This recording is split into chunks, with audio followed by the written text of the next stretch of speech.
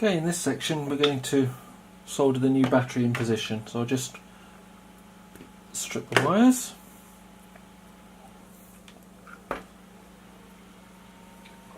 Just put the soldering on. Okay, so first of all we're just going to tin the wires so that they are easier to connect onto the solder joints on the board. So this is just making sure you've got some solder already on the wires so they make an easier connection. So then we don't want them to be too long, so just cut those back. When in fact these wires here could have been quite a bit shorter, but I've done it now. So let's just put a bit of excess solder on the end.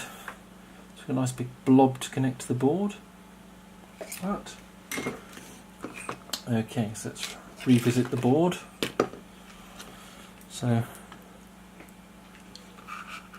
here we've got the negative and the positive. So just fit that in this vise. In fact, I'll unplug the sounder. Move that out of the way. Will the vise go wide enough? Just about. And I'm going to increase the amount of solder on the joints there to give me something to connect to.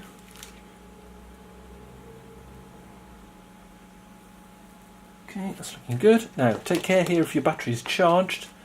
This battery isn't charged, so I've got nothing to worry about, but if it was charged, then obviously they could short together or they could short at the point you connect up. So I'm going to be cautious there. So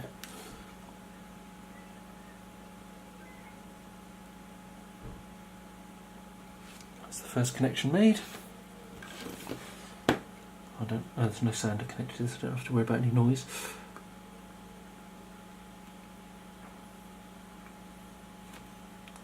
Very good joint there, let's try again.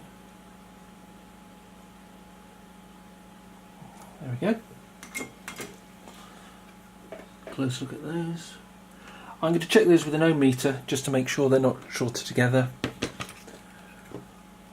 Let's hope this doesn't go off. Won't do if I don't connect it right way.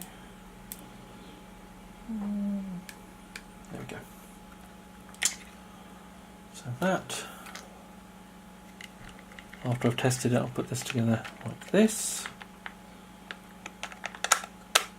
That's it. That'll go in there. I'll put a bit of packing foam in to stop it rattling about. That'll go into there like that. And then epoxy the thing together. I might tape it together first of all just to check it charges on the car, functions correctly, doesn't go off in the middle of the night. But that'll basically be it done.